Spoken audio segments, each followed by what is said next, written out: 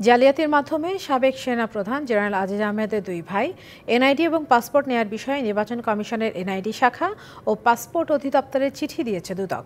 সেগুনবাগিচায় দুদকের প্রধান কার্যালয়ে রিপোর্টার্স এগেইনস্ট করাপশনের সঙ্গে মতবিনিময় সভায় বিষয়টি নিশ্চিত করেন দুদক চেয়ারম্যান মঈনুদ্দিন আবদুল্লাহ।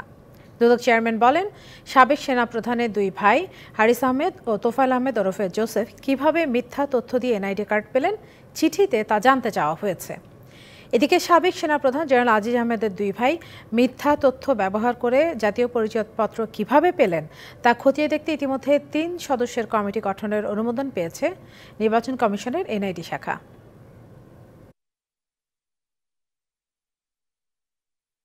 আমেরিকা যে স্যাংশন দিছে ওইটার ভিত্তিতে তার ব্যবস্থা নেওয়া যে অ্যাডভোকেট দিয়ে গেছে, ওখানে অভিযোগ হলো তার দুই ভাই মিথ্যা তথ্য দিয়ে পাসপোর্ট নিছে। এটা আজিজের দোষ না, এটা তার ভাই এবং পাসপোর্ট ডিপার্টমেন্টের লোক। আর দুই হলো ন্যাশনাল আইডি কার্ড নিছে। সেটা আমরা সত্যতা যাচাইয়ের জন্য দুই সংস্থাকে লিখে পাঠাই দিচ্ছি।